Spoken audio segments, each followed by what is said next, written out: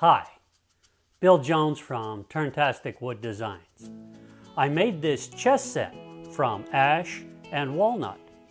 I don't actually play a lot of chess. I haven't played in a long time. But making a chess set is a great opportunity to practice your spindle turning skills. I don't do a lot of spindle turning, so this gave me a chance to practice being consistent and turning spindles. So if you'd like to see how I did it, stick around and I'll show you next. I found a template of the pieces online for a pretty simple set, and I started with the pawns.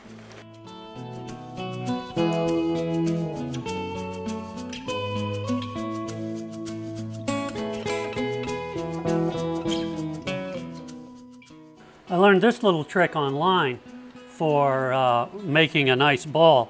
I actually took a piece of pipe. In this case, it's 3/8 pipe or 3/8 ID, pardon me. And I cut a bevel on it on the grinder, all right? And then I'll use that up against the tool rest, being very careful, and that'll help make a real nice ball, as you'll see.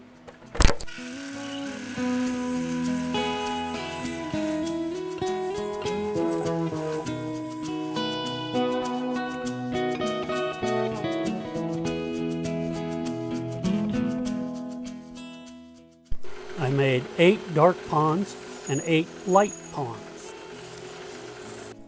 Next, I turned the rooks.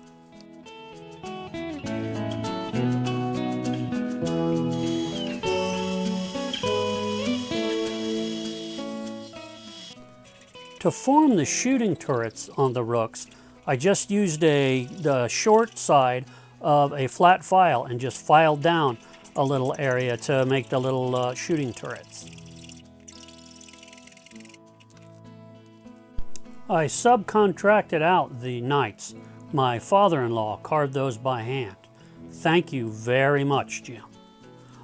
I had to sand them a little, and then they looked great. Next were the bishops.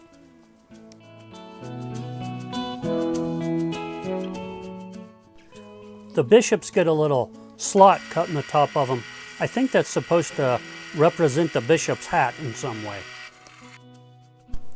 I turned the queens.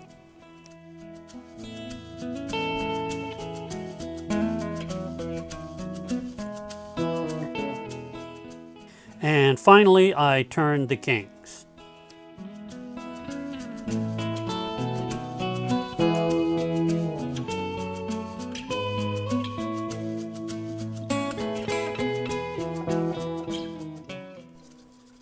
A little bit of work with the file forms the cross on the crown of the king. To start making the checkerboard, I cut strips from ash and oak that are 1.5 inches wide. I cut 4 of each and then glued them up in an alternating pattern.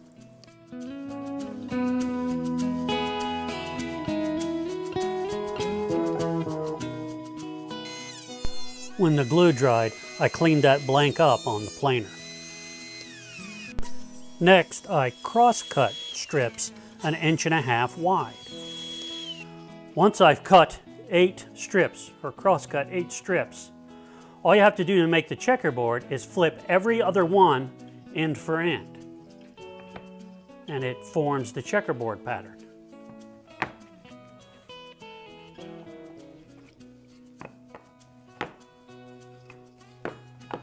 Just like magic, ta-da! All right, now this is the way a lot of chessboards are made, all right, just like that. But I have a little problem with it. Like this, the way I did it, if I glue these strips up like this, I'm actually gluing end grain to end grain, which I'm not wild about. Now, as I said, a lot of chessboards are made that way, and they seem to hold up fine, but I don't like it. So what I did, you may notice that this board is pretty thick. And when I was cleaning it up, when I planed it after I glued it together, I made sure that the thickness matched the width of my squares.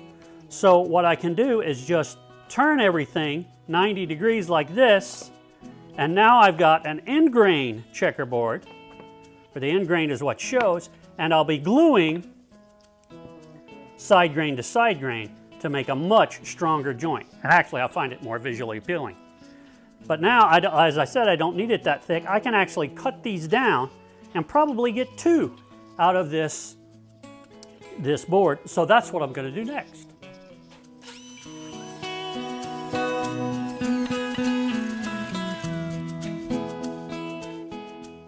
So I glued a board up and put it in the clamps to dry. I glued up some thin strips of oak and ash to use for a border. I mitered those pieces and then wrapped the board with that border. Then I did a whole lot of sanding.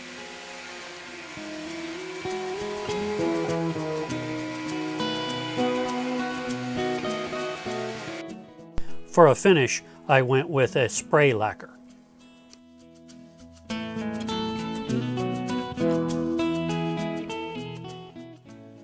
Well, I think it came out not bad for a first try. The pieces aren't very ornate, and you know, it's got some mistakes in it, and I'm not completely consistent. Every piece is just a little bit different, but that gives it that homemade feel.